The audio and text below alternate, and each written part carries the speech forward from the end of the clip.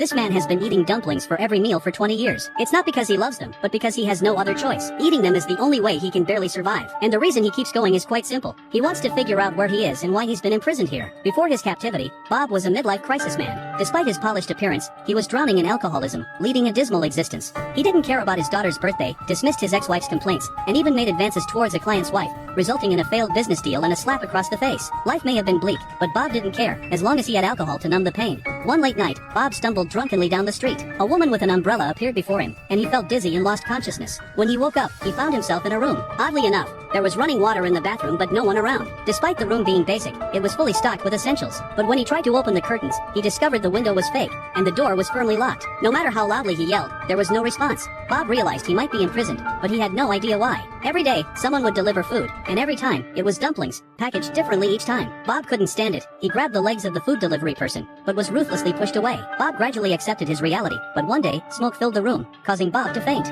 Someone entered his room and took away many of his belongings. It wasn't until Bob saw news of his wife's murder on TV that he was shocked. All evidence pointed to him as the culprit. Even his 3-year-old daughter was put into foster care. Bob broke down. He knew he was being framed but had no idea why. 3 more years passed, filled with mental torment and alcoholism, until Bob became increasingly delusional, even befriending a mouse. But even that happiness was taken away. His only friend was turned into lunch. Bob completely lost it. He smashed a mirror, intending to meet his maker. But when he woke up, he hadn't died. His hair was cut, and all the dangerous items in the room had disappeared. Bob realized he was under constant surveillance, and the people on the other end of the screen wouldn't let him off easily. 5 more years passed. His wife's murder case remained unsolved, even garnering media attention. But Bob unexpectedly saw his long-lost daughter on TV, living happily with her foster parents. Watching the heartwarming scene on TV, a glimmer of hope flickered in Bob's despairing eyes. His daughter's appearance gave him great encouragement. He seemed to have found hope in life again. Bob started writing letters to his daughter every day, exercising, and even kicked his drinking habit, all in hopes of one day reuniting with her. Day after day, Bob's body grew stronger. He discovered a blind spot in the bathroom surveillance and began chiseling away at the brick seams with his fingernails. After 12 years of effort, Bob actually managed to break through the wall. The time had finally come. Bob sealed up the letter he had written to his daughter,